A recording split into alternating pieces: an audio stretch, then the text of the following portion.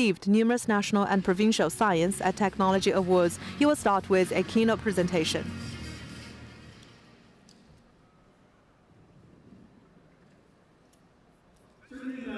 Honorable guests, I just want to say thanks to the organizer for the invitation, especially for the panel, for the thematic presentation to talk about China outlook for China's hydrogen industry during the 15th five-year plan period, or the current five-year plan period starting with the year 2026.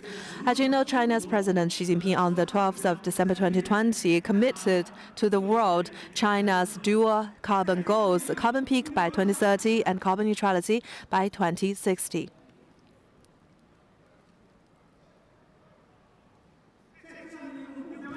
Under such a overall blueprint, China is fair to say is working really hard to promote the development of hydrogen industry. The goal was raised in 2020. Dual carbon goals was raised in 2020, and last year China officially proposed the idea of building a new type of energy ecosystem or energy system powered primarily by wind, solar, and hydrogen. So three key parts, and hydrogen is one of the three. As you know that as early as 2001, starting from the year 2001. The Ministry of Science and Technology included hydrogen fuel cell vehicle as one of the three key pillars under the National Key R&D program on electrical vehicles. And acceleration of the pace is the key word of the next couple of years. After that, in 2020, China National Bureau of Statistics officially incorporated hydrogen as part of its national energy statistical system. In 2025, China's energy law, the energy law of the People's Republic of China, officially incorporated hydrogen under the national energy legal framework. So step by step, progress has been achieved along the way. And China Hydrogen Association made some prediction on the carbon neutrality scenario. Basically, it means that when carbon neutrality is achieved by 2060, annual hydrogen demand from China will reach 130 million tons, and etc.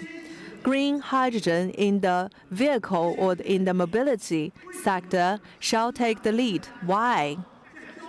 Because as you all know that in the mobility or transportation field, for green hydrogen, if 1 kilogram is only 20 or 30 RMB, it's able to compete either with diesel or gasoline. Therefore, in this respect, the mobility sector shall be a good area where green hydrogen can really compete.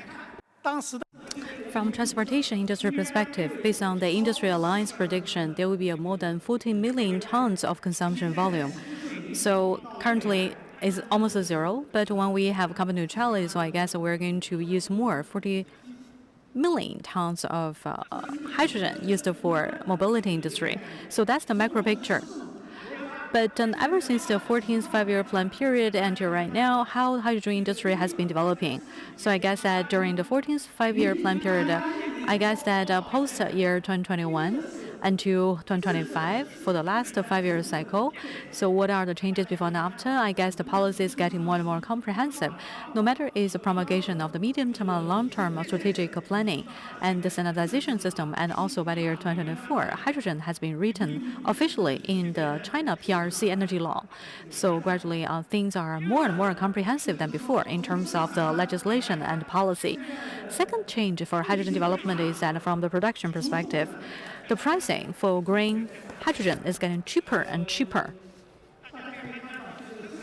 So from production side, I guess that it's about production cost for green hydrogen is 26 yuan, but I'm not sure if you are you already keep up with market latest development. So think about in the Mongolia, Blanchabu, there is a pipeline transmitting the hydrogen to the Binhai New area in Tianjin by the year 2029. So I guess that the end price at the other end of the pipe for Binhai New area is going to be about 19 to 22 RMB per kg, which means that the price will significantly decline for hydrogen. The second thing is that as technology constantly evolves, I guess that the patent filing for hydrogen is getting like a very rosy picture right now during the 14th five-year plan period. So the number of green hydrogen patent filing has been explosive, making China ahead of the curve and ahead of the pack globally.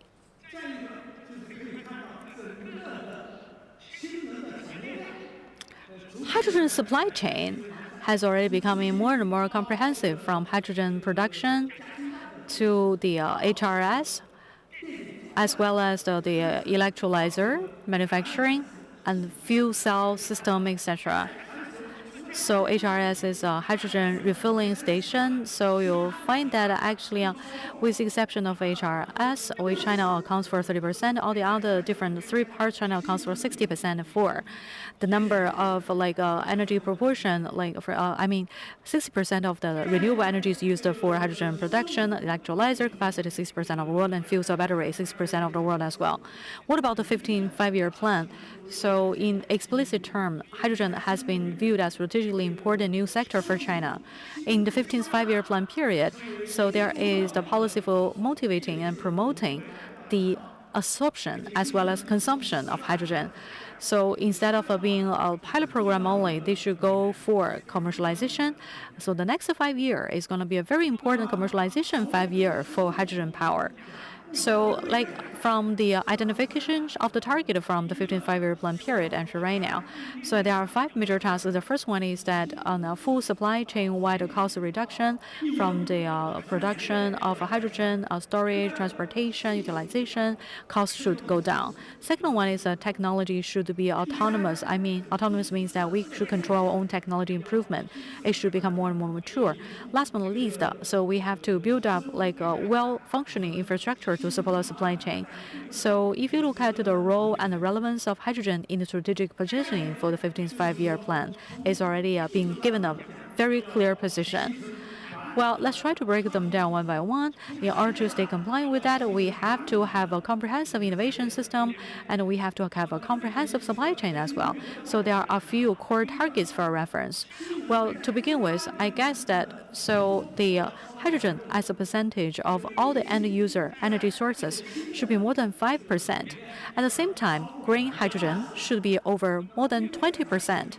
At the same time, 20% of all the total hydrogen being produced. And also at the same time, we should fully utilize the hydrogen byproduct for the industrial.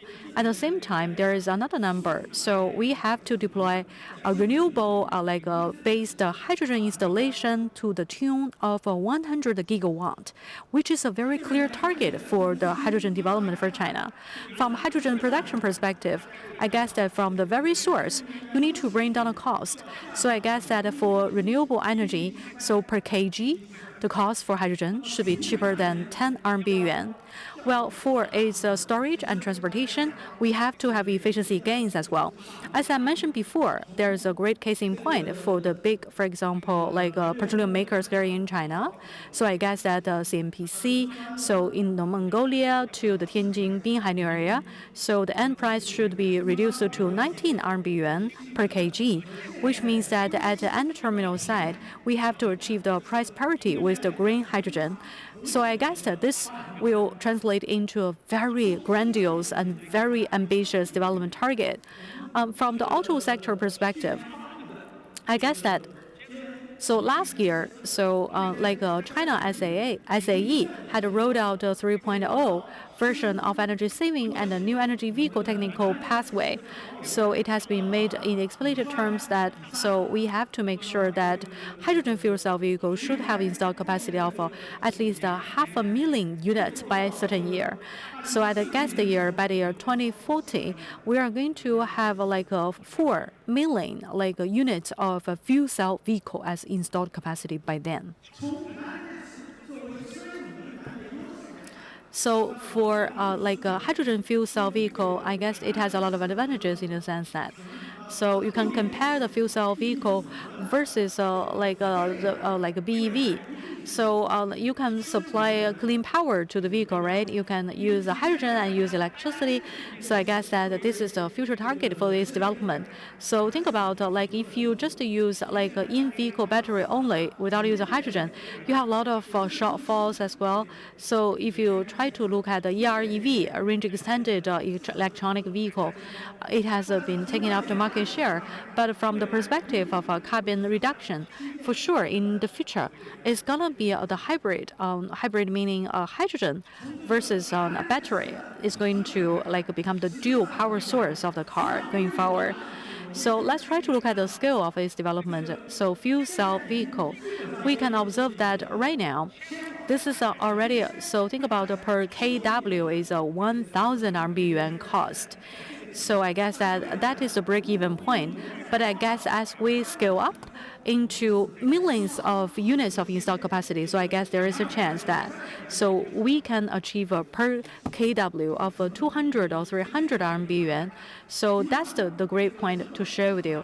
So even though the cost is a challenging area for us, but from the development of the auto industry, so I guess that the main cost cutting approaches as follows. The first one is the improvement of technology. The second one is roll it out on a larger scale, scalability as well. Fuel cell vehicle is up against one more challenges as well, so the construction of the ecosystem. So I guess that they are at the infant stage. So what I mean is that if you look at the whole industry, it's a safety, this is a safety concern as well for hydrogen. Let me share with you. So think about 100,000 units of fuel cell vehicle hydrogen, so of which 30,000 are in China. So, but your concerns are your concerns, but there is no safety accident as well. So we have the safety guaranteed for the hydrogen fuel cell vehicle. I hope that you can give it a lot of publicity. So Shanghai Platinum Week has a dedicated session about hydrogen session, which is our session. So this is a session, hydrogen transportation from demonstration to commercialization. So this clearly is a great platform for sharing knowledge with everyone. For the auto sector, so I guess that there are 3 important scenarios for everyone. So I guess that for the 3 different scenarios, in my personal opinion, I guess that those 3 user scenarios is on a similar level as the ICE or even with the BEV. So they are already become competitive enough to be put on the same par as those 2. Well, the first one is that for the fuel cell battery for passenger vehicle, like the car hailing services, so like a car hailing user scenario, you can clearly observe that. Suppose, say right now is 10,000 units. So for example, the current cost is 44,000 RMB yuan. So that's the current cost curve. But I guess that going forward in the future, if we grow from 10,000 to 100,000 to about 1 million, so it's going to improve a lot. So it's 100,000 units of hydrogen-powered car hailing. So it's on the same par as the pure BEV. If it's 1 million, it's on the same par as the BEV. So you find that the car hailing is more than millions of units of vehicles, right? So it makes a clear sense to try to use a hydrogen fuel cell to power the taxi car hailing for the cities as well, because the installed capacity for those taxis or car hailing taxis is more than millions of units of cars, right? The second scenario is the urban logistics vehicles. Let me give you one example, one scenario. So like a cold chain logistics as well. Think about the BEV. Safe to say that BEV for right now, for cold chain transportation, cannot fully satisfy the requirement of this user end. So I guess that if you really want to use hydrogen to power the cold chain transportation, for it to be largely deployed. So you have to make sure that you have to give the power battery with like kWh of more than 120 kWh. So every day you can achieve the mileage of 350 km per day. You have to make sure it's 120 like kWh for that. But now it's only 80 kWh per vehicle, which means that it's like far cry from the market demand needed by the cold chain transportation vehicle. If you equip it with 120 kWh, it's very heavy, it's also expensive at the same time. So by far, so let's try to think about actually, so if there is installed capacity of 10,000 units of hydrogen fuel cell powered cold chain transportation vehicle, so the cost is about 84,500, more expensive than BV, but no mileage anxiety, right? More expensive, but less concerns. But if you grow that 10 times to 100,000 units of a fuel cell powered cold chain transportation vehicle, the cost is going to be bent downward. So we call it a hybrid power source. So the cost will decline to 70,000 RMB. If you grow the car base to hundreds of units, you find the cost could be like 55,000. So if you give it a 120 kWh, I think it's going to be cheaper than the BV. So how much you have, how many cars are equipped with a fuel cell vehicle is have a direct bearing on the cost curve per vehicle. Another thing is that for the heavy-duty commercial vehicle, especially for logistics as well. So right now, I guess for heavy-duty truck, for now,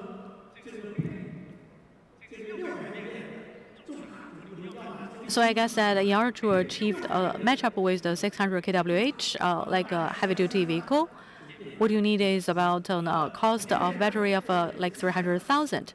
So if you only use batteries, 300,000 RMB for you. If you a hybrid power source, including hydrogen fuel cell, it's 300,000 RMB as well. So that is to say that the hybrid power source, which includes like the hydrogen fuel cell versus a standalone like a pure power battery. So I guess that if you compare those two, the hybrid one is cheaper than the pure battery alone. So most of the time you give it 400 or 500 kWh. So even though it could be running on the road, still like pure BV is very heavy, and also it cannot address the needs of cold chain transportation.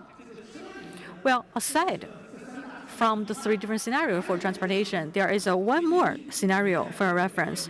So recently, in my market survey, I have already had this conclusion or discovery. So we understand a few, like a hydrogen fuel cell powered vehicle has already found its way into the inland transportation of shipping.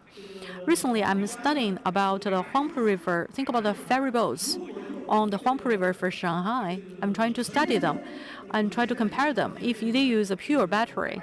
So there is a line for the BV ferry boats. So think about you have to equip it with about 3,000 kWh power. So as a matter of fact, what if it's not a pure BEV? What about if it's like a hybrid one? So from Changxin Island to Zhuoping Island, there is a ferry boat system. For that shipping lane, they use a 600 kWh. So they call it a super capacitor.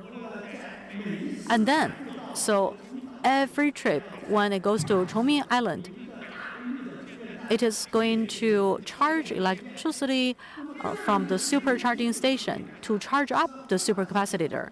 So the pure BV. So by using a standalone power battery, 3,000 kWh needed, or a supercapacitor, which means that you need to install infrastructure like a supercharging station or infrastructure in between of the route, is less than optimal. So if, say, fuel cell vehicle used in combination with, say, the supercapacitor has a high power enough to meet the needs of inner river commuting. Less than 100 is enough. So if, say, we bring down the supercapacitor from the 600 kilowatt-hour power to 60 plus fuel cell vehicle, such combination will be enough to meet inner river commuting needs. Therefore, in future, during inner towards inland river commuting fuel cell vehicle represent another application scenario. Therefore, during this 15th five-year plan period, I would say that hydrogen absorption at the end market shall be one of the key focus during this five-year plan period. Finding the right application area, a scenario to promote the development of the hydrogen industry will be our most important goal for the next 5 years. So today, leveraging this opportunity, I've just walked you through the couple of possible scenarios that can promote the development of hydrogen, especially transportation, as I am most familiar with this sector. So that I want to call on all of you to work together to develop the hydrogen industry well. Thank you.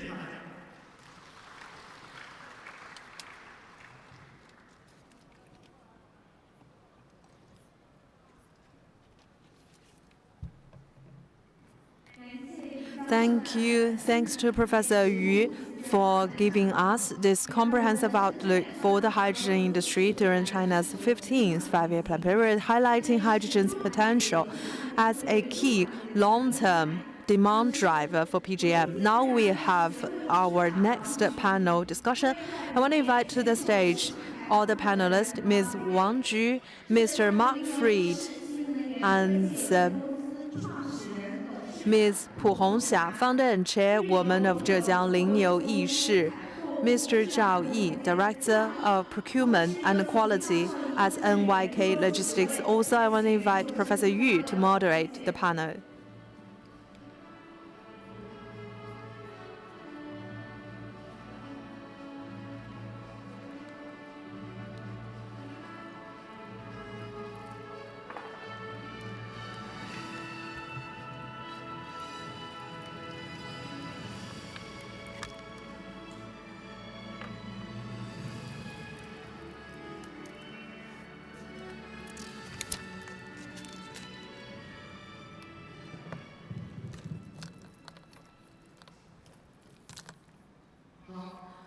Well, now that without anything further, let's start our panel discussion of hydrogen transportation from demonstration to commercialization. We have 4 panelists. So we have Ms. Wang Ju, Secretary General of the International Hydrogen Fuel Cell Association, and second panelist, Mr. Mark Fried, also a member of the association.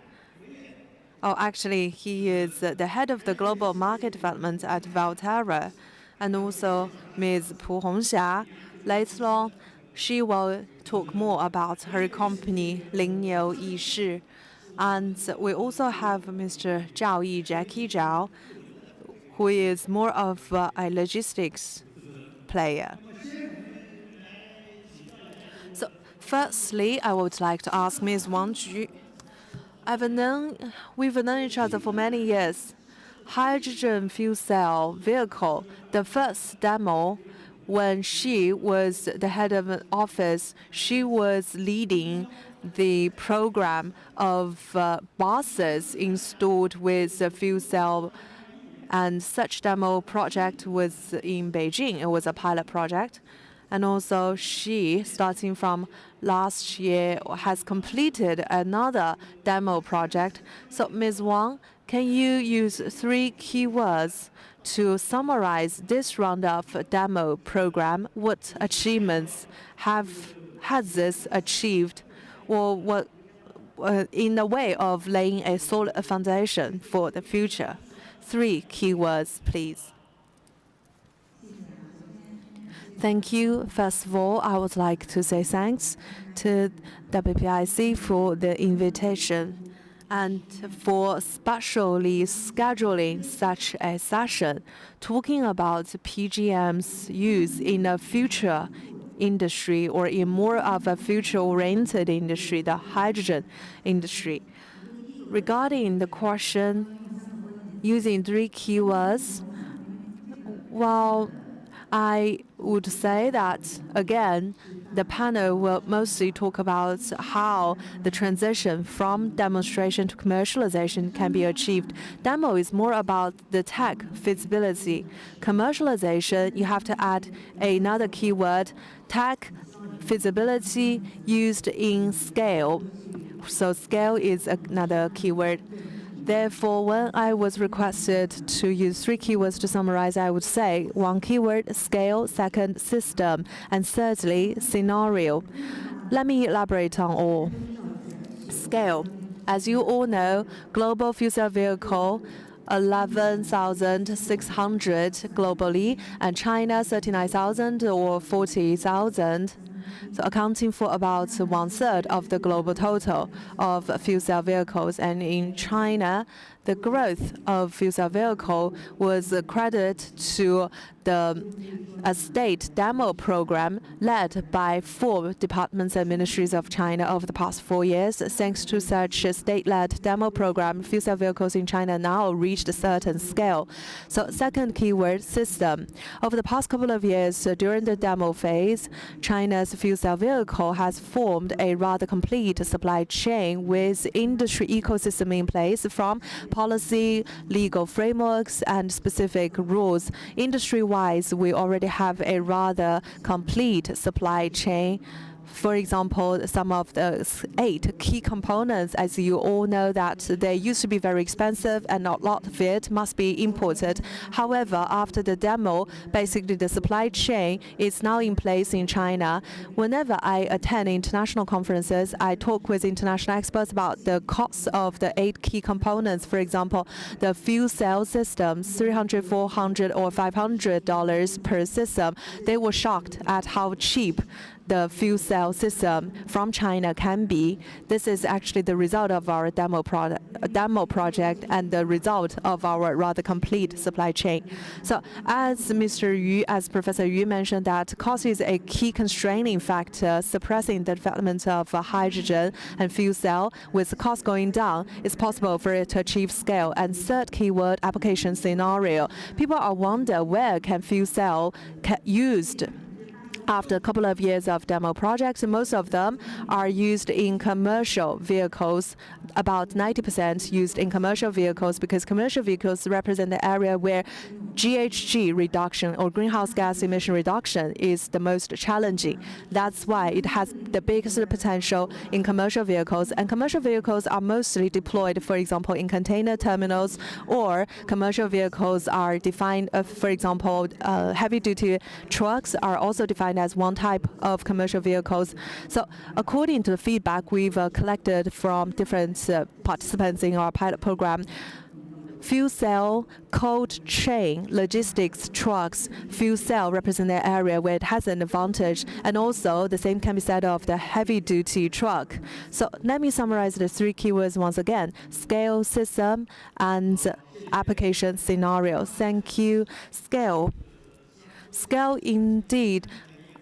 Well, I would say that you all agree with me that after the demo, you shall agree that when certain scale is achieved, then the cost can be brought down. So system is something that we can look forward to in the future. The tipping point from demonstration to commercialization to go beyond the tipping point, what's at stake here? What's key here? Policy, cost, infrastructure, or end users' confidence? Everything, of course, is important, but which one is more important than others if we want to truly go beyond the so-called tipping point? Thank you. That's really a good question. What is the key? Very key here. I think for any product to be accepted by the market, by the end user, a good product is always defined as a product with economic benefit. If, say, fuel cell can achieve the economy, then it will reach scale. As for technology application scenario and other factors that you have just mentioned, I would say it requires coordinated developments in all. Only when all these factors are in place will fuel cell vehicles see true development. It's hard to say any factor play a dominant role more important than others. Well, if you refer to the journey of EVs development after more than 2 decades, I think that OEMs was the primary driver. They played a key role in driving the development of EV. And only when they proved the tech feasibility, well, the government came in offering policy support. And a lot of tech breakthroughs rely on OEMs and tech iteration. In addition to tech development for feasibility, tech iteration is also important for it to be accepted by users and market. BEV, I've seen it myself. It used to be very tough at the very beginning, but now penetration is 50–60%, thanks to everything, and also because of its landing market of China. It's another very important thing. So I think that fuel cell vehicle might copy the journey of EV. Of course, now it's facing a lot of challenges, but it requires collective efforts made on the part of OEM, policymakers, users, and infrastructure. It requires synergy to promote the development of the industry. Thank you. Thank you. You have expressed a very clear opinion. Basically, what you're saying is that probably speaking of developments of the hydrogen industry, every part along the supply chain can play a key role. So synergy, coordination is some of the key takeaways. Synergy in pace or keeping pace is very relevant here. Any single point of breakthrough cannot bring about systematic breakthrough. However, only with collective effort and when all the factors are in place, then you know hydrogen will truly see its breakthroughs. In particular, in the mobility area specifically, OEMs might be the most important factor. So for OEMs, technology development, bringing the cost down, they play a key role in all these areas. Thanks. Well, actually, as you all know, that the International Hydrogen Association is a result of efforts made by a lot of Chinese sponsors, and you serve as the Secretary General of your association, the International Hydrogen Fuel Cell Association. So it's a platform, right? The association serves as a platform. So how do you see your association can guide, can bridge people across the gap? Because in my presentation, I actually mentioned that we have about 60% of the market share, and in certain areas, we are even better, we perform even better. However, any standalone or any single points cannot bring about systematic transformation. Therefore, how do you see your association can promote the future global consensus or global guideline, something like that? Well, I would like to firstly say thanks to the moderator and thanks for trust in our association. We try to have a global platform because we have, well, Valterra is a member of our association, very important deputy council member, and also we have invited Yusen to be our next chairperson to be, and also we have OEMs as our members, including SAIC, SAIC, as well as CNPC, as well as Toyota, and etc. Well, just a testament to how global our platform is. The development of emerging technologies like hydrogen fuel cell technology will not be handled by one company alone. We have to rely on the industry-wide collaboration across all the stakeholders as well. So what's next for us? I guess that thing for us is that we are going to find some application scenario which is embraced and accepted by all the market players. So that's why together with our partner Mike and Yusen, so actually Professor Yu, you are all our partners as well. At the same time, we are constantly looking for some model for collaboration in our system. So in the past 4 years, there are some talking about a government subsidy, but you cannot always rely on government subsidy. How can we figure out like use a scenario where we don't have to rely on government subsidy and then close the loop for the market development in the future? So that's a very important part of the responsibility for us in the future. So I guess that so we need to be thinking about how can we close the commercial loop so that we can find a very good technology and a very viable business scenario as well to close the loop for that. Another thing for us is that as we are trying to promote the industry demo and trying to promote its development, there are some constraints as well. So like the global standards, standardization, legislation, regulation as well. So from our like organization perspective, we hope that we can promote like a global standard which is accepted by all together with a UNIDO. So we are thinking about the guidelines for the new energy vehicle at the same time, so standards and legislation for hydrogen storage as well. At the same time, we hope that we can come up with some of the the standardization method for our industry.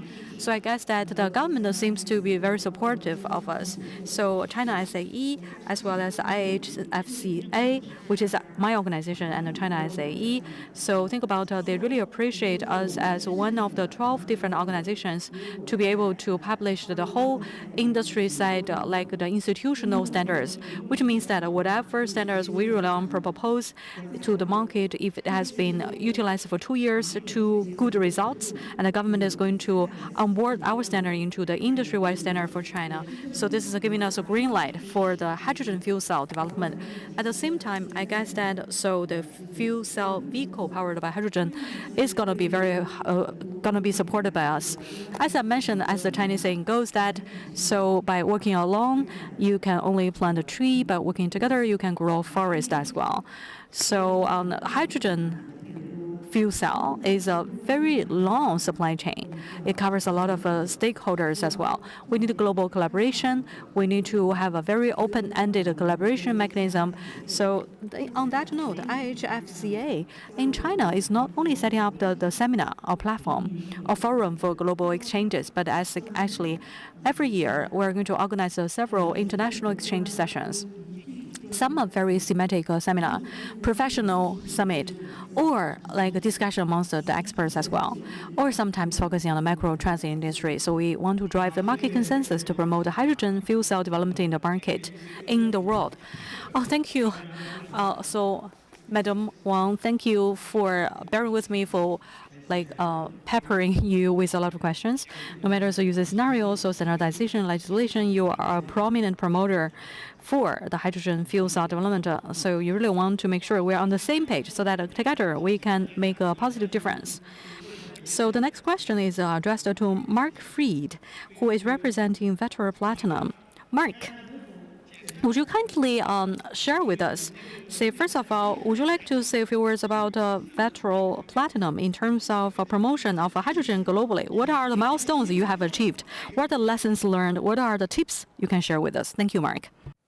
Thank you very much. And firstly, thanks to WPIC, obviously, for also inviting me to the panel.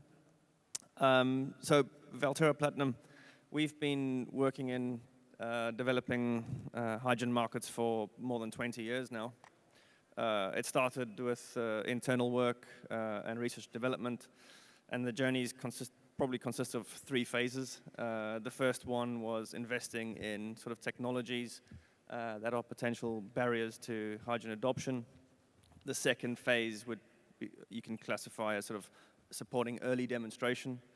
And this involved us funding and supporting both on the infrastructure side, so refueling infrastructure in the US as well as in the UK, and then also in deployments of small sort of taxi fleets in various European capitals, but also here in Foshan.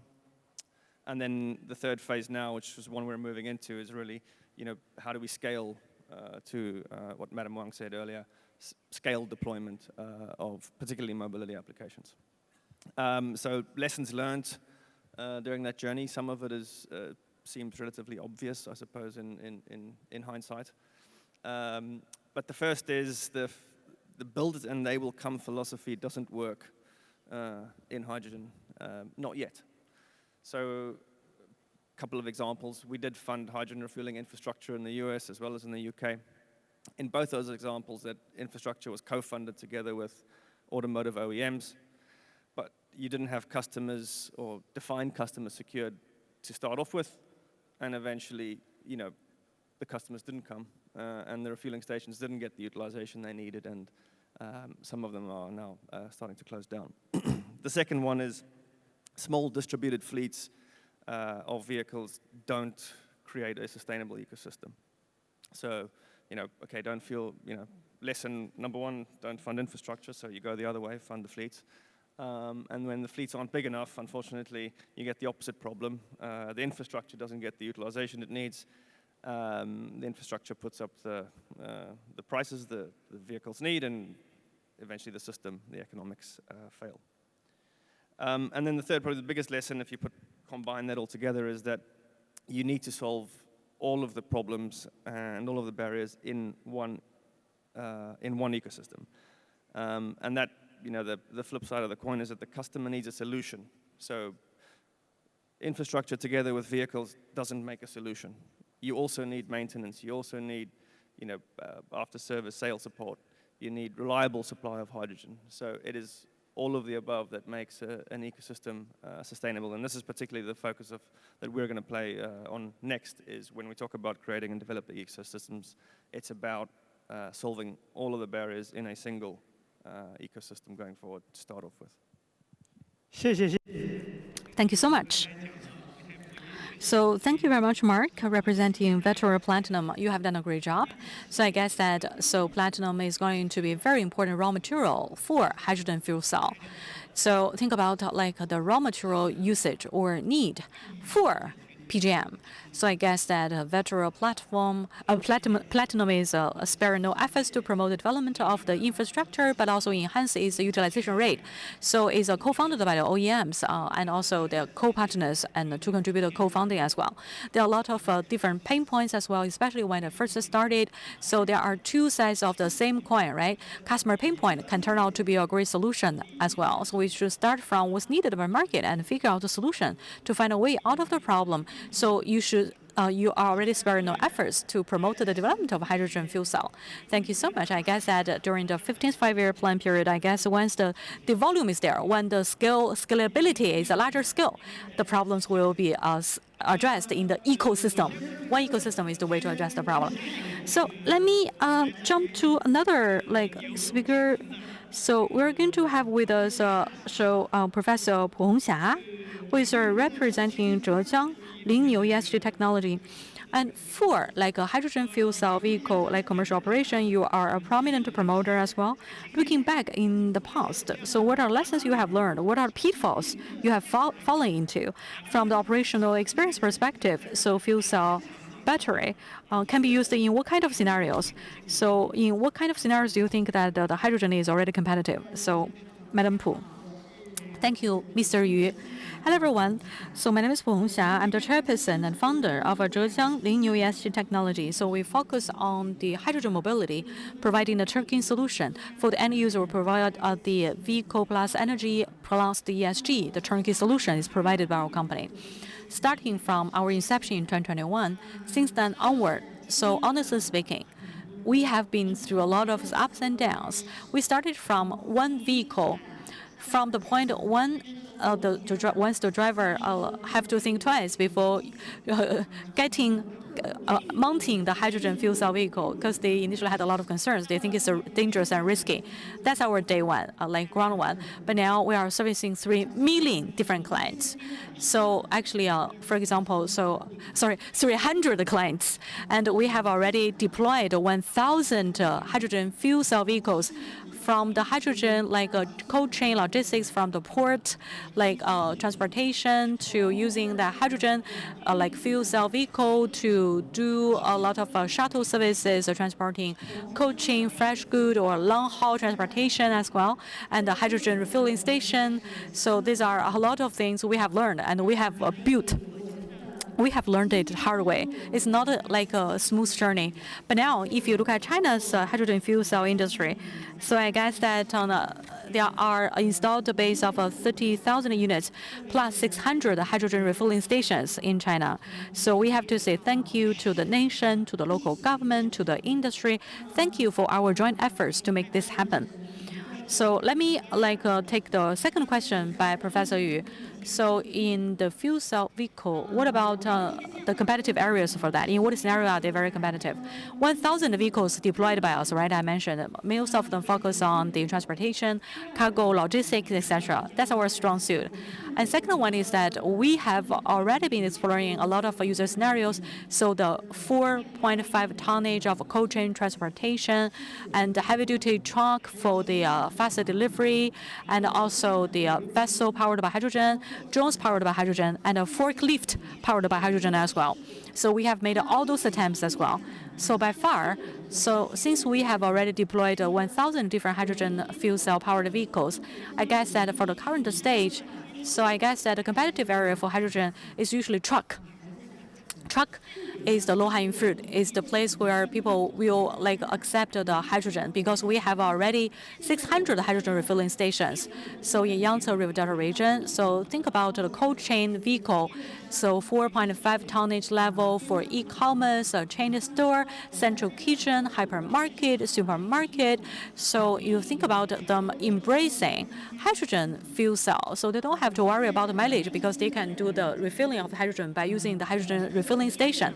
So over the past 2 years, so we can achieve the mileage of about the 350 or 500 to 400 kilometer per charge per refilling of hydrogen. So Shanghai, Suzhou, there are hydrogen refilling stations in between. If you refill for once, and then it can sustain you for the whole day in the Yangtze Delta River region to do logistics or cold chain transportation. So I guess given the current pricing for hydrogen here in China, we can quantify the numbers. I guess that its mileage advantage is very obvious as well. And second thing is that, so I guess that as we're rolling that out nationwide in China, in northwest China, we're using some hydrogen vehicle as well. Say in Urumqi, in Xinjiang, so once the cold winter temperature is minus 35 Celsius degree, so we can deploy our hydrogen fuel cell vehicle for the local users. Very helpful for them to sustain their day-to-day need. So ultra low temperature, so they really want to have the faster refilling. So which means that charge it with new hydrogen very fast. And some clients have already been deploying our solution very reliably for 3 years. And also another scenario is long-haul transportation. A lot of transportation road bases, longer haul, 500 to 1,000 or more than 1,000 kilometer long-haul transportation. So the long mileage, long range is much needed for transportation customers. So I guess that hydrogen can already sustain their need, especially 2025, 2026. So 280 kilowatt. So at the same time, so think about 35 ampere. So every hydrogen refilling tank is about 450 liter, etc. So 450 liters is a lot. So 35 megapart can sustain you for about 600 kilometer. Very long haul. But once there is a longer need, I guess that hydrogen is especially advantageous for longer distance, because a heavy-duty truck per refilling of hydrogen, 600 kilograms of hydrogen, only takes you 15 minutes.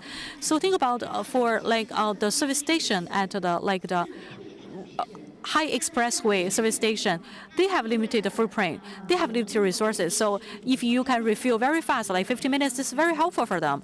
So on China's highway, there are PVs and like CVs as well, passenger and commercial vehicles. Especially for the hub areas, they are going to have a high requirement for the refilling efficiency. They want you to turn over fast. So these are the three scenarios for us. Given the current scenario, given the current level of technology, we already observe its competitiveness as well. Thank you so much. Can I follow up with a question, if I may? I think you have given us a very good story, especially for long haul range. So this is a very viable solution. It seems that you have already started to see like hydrogen, proving its value and relevance. Paper-wise or TCO-wise, total cost of ownership, if you calculate or look at TCO, do you think that's what the accounts are already make sense? Or when do you expect the book be balanced?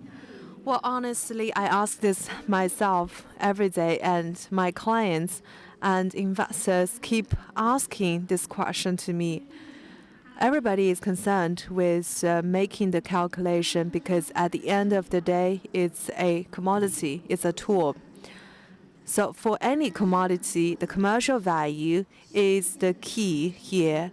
However, hydrogen, I would like to say, is still at very early stage of developments. Though it's still, relatively expensive the way it stands today. However, 15 years ago, pure battery-powered heavy-duty truck, it used to be more expensive than the hydrogen-powered vehicle of today. Even 2020, the purely battery-powered heavy-duty truck is more expensive than hydrogen-powered or hydrogen fuel cell vehicles. Therefore, currently you shouldn't simply calculate the numbers. Instead, you should pay more attention to tech iteration, infrastructure developments, as well as policy filling whatever vacuum there is. Because for any good product, so firstly, you have to have a good product. We have to firstly bring everybody to a rather good level before talking about TCO. And in that case, for the market, the cost will be lower. Thank you.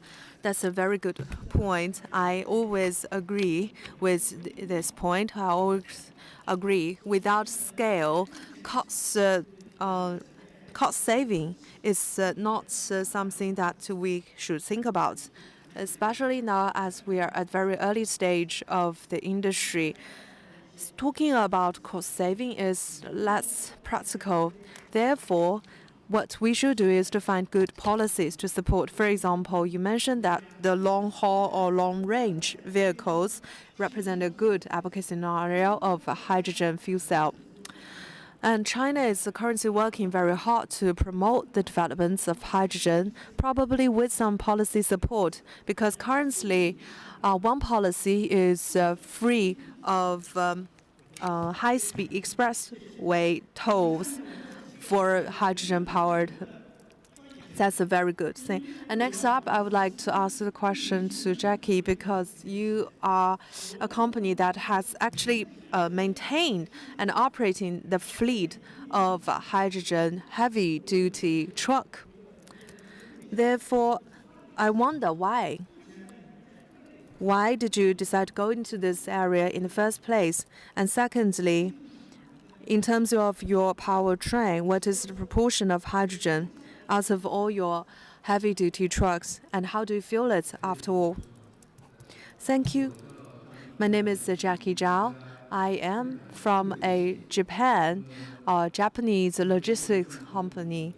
So to respond to the question, I would like to answer in a couple of points. So firstly, as an international logistics company, our headquarters has a very clear carbon neutrality goal by 2050. Therefore, as the China branch of this international company or multinational, we have to make sure that we work towards achieving that goal in all of our work. Mobility or transportation is a big emission source. Therefore, from our perspective, we want to use hydrogen or apply hydrogen to our transportation Actually, a long time ago, a couple of years ago, we already started cooperation with Lingniu, Ms. Pu's company. So that's one thing. And secondly, it's to respond to our clients' requests, because we do have lots of international or multinational clients, especially Japanese clients. They do have raised specific requests for green energy. Therefore, as a logistics service provider, if we want to better serve our clients, we shall leverage the idea of green logistics to serve our clients. And thirdly, on technology, we thought about pure EV, purely electricity driven, but we considered number of scenarios, for example, heavy load or charging, the two scenarios, especially back a couple of years ago, charging was not enough to meet our needs. That's why we chose hydrogen, or we chose to make some experiments or make some exploration with hydrogen, and we wanted to see where will such experiment lead. That was some of the considerations we had back a couple of years ago. In terms of the second part of the question, proportion-wise, diesel remains the lion's share of our power chain. We do have a couple of application scenarios for purely electrical. For hydrogen, 3 scenarios. One is 18 ton and 35 ton is the second, and thirdly, 4.5 ton. In total, around 10 hydrogen powered, not a lot, because we're still trying to see how overall hydrogen narrative will pan out. After such experiments, a couple of things we have seen. Firstly, hydrogen is truly environmentally friendly, net zero or zero emission, because we conducted some tests. Whatever is emitted is pure water. That's why we say it's truly zero carbon, and it's truly green and environmentally friendly. And secondly, in terms of actual use experience, for example, hydrogen refueling, it's about 15 to 20 minutes. And the driver, they like them because it's low noise, and even if they drive a hydrogen-powered vehicle for a long time, they don't feel tired. So overall, driver experience is also good. And thirdly, the vehicle stability is rather good. We have a fleet of 10 hydrogen-powered heavy-duty trucks. No major hiccups or stop has been experienced, or downtime has been experienced, but we don't actually run such a fleet for very long time. Therefore, we want to have more vehicles added to the fleet, testing them for a long time to see how things will pan out. But cost remains rather high. That's the current feedback that we have. So from usable to good to use, according to your answer, it's already rather user-friendly, good to use, but still the biggest pain point is still cost. I have prepared a follow-up question. What do you see is the major blocker standing in the way of scaling? Actually, I think you have sort of touched upon it. I would like to share some data. We do have collected some data from the fleet tests run. Still, hydrogen price in Shanghai, 50 to 55 RMB per kilo is the most prevalent price for hydrogen. But of course, if you can get good agreement, you get good price. It's not impossible to get good agreement. Well, let me be very honest. If hydrogen's price goes down to 35 and below, we are willing to scale it up. Why 35? Because 49-ton vehicle is the one that we have been running for the longest period of time. So 49-ton vehicle, 7,000 to 8,000 kilometers is the monthly average mileage that it covers. If hydrogen price goes down to 35 and below, on par with diesel. That's why we have come up with the price number of certified. But of course, Professor Yu, in your presentation, said that the price of hydrogen can go even lower in the future. As a company, we really look forward to that. Thank you. So in order to achieve scale, as you mentioned, that hydrogen itself has certain criteria to meet. How about vehicle? Can you talk about, for example, raise your request to Ms. Pu? What will be your requirements on the vehicles? For the vehicles, actually, we have probably used about 2 generations of hydrogen-powered vehicles, and Gen 2 compared with Gen 1 when it comes to the efficiency. In other words, hydrogen consumption per kilometer, Gen 2 is 15%, 15% hydrogen saving compared with Gen 1 per kilometer wise. That represents actually a very good user experience for us. And I would like to say, I would like to see companies like Ms. Pu's to have more service places scattered across the cities, because as a logistics company across major cities and ports, we have our subsidiaries, and all of our subsidiaries, they share some similar needs as ours, but mostly we collaborate with Ms. Pu's company in Shanghai. Another question to Ms. Pu. 15th five-year plan period is a key period, and Jacky just mentioned that client, well, as a client of yours, they do expect you to keep advancing the technology. So what's your plan for this 5-year? Like, where will be your key focus area, and what are your plans of future generations of vehicles? Thank you. To answer the question, for this 5-year, I think that's at least the 15th 5-year is a key period for China's hydrogen industry as a whole. 3 aspects I would like to share with you that cover how we see the future for our company. Firstly, to focusing on the needs of the clients, because as Jacky mentioned, they use our Gen 1, they use also our Gen 2 products, and despite the hydrogen price being high in the very first place, they still chose to work with us. We thank them for that. That's why I say that we will focus on our clients in the Yangtze River Delta, in Beijing, Tianjin, Hebei Delta, and also in the Pearl River Delta, which means the Shenzhen, Guangdong area. The 3 Delta regions are our focus areas in China. And secondly, we will try to find and develop better vehicles for our clients, and we will work to build a better vehicle for our clients, meaning defined as a better range, better mileage, as well as lower cost and lower or lesser hydrogen consumption.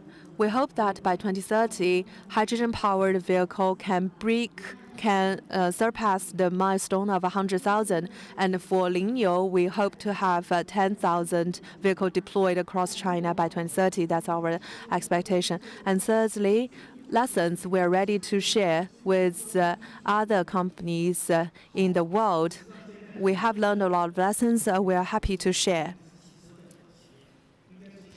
Actually, for all those companies focusing on hydrogen-powered fuel cell vehicle, 1,000 milestone they have already achieved, and the next milestone will be 10,000 and 100,000. So I would like to see your company surpassing that 10,000 milestone soon.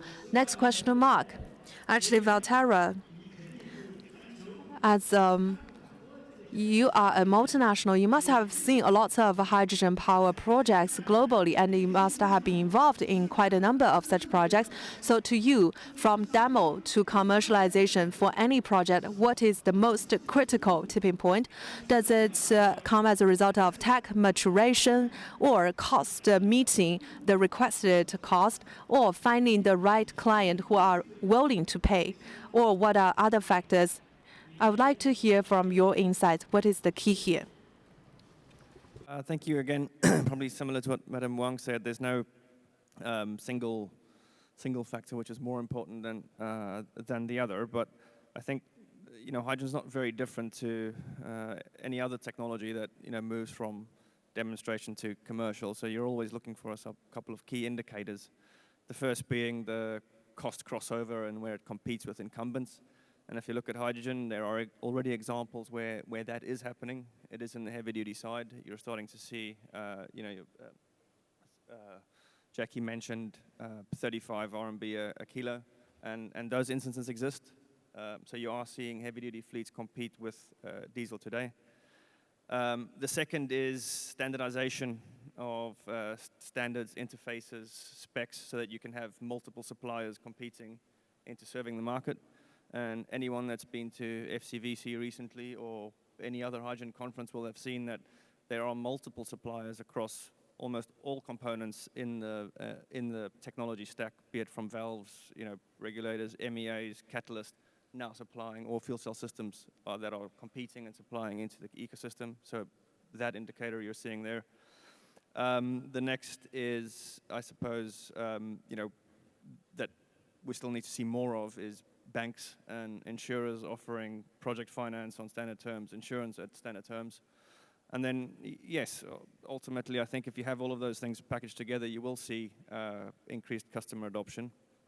And to Ms. Poo's point over here is she's successfully already deployed almost 1,000 vehicles. And she's not the only one that has successful deployments. There are other platforms just like hers across the country, which is also successfully deploying and successfully finding customers. So it is moving.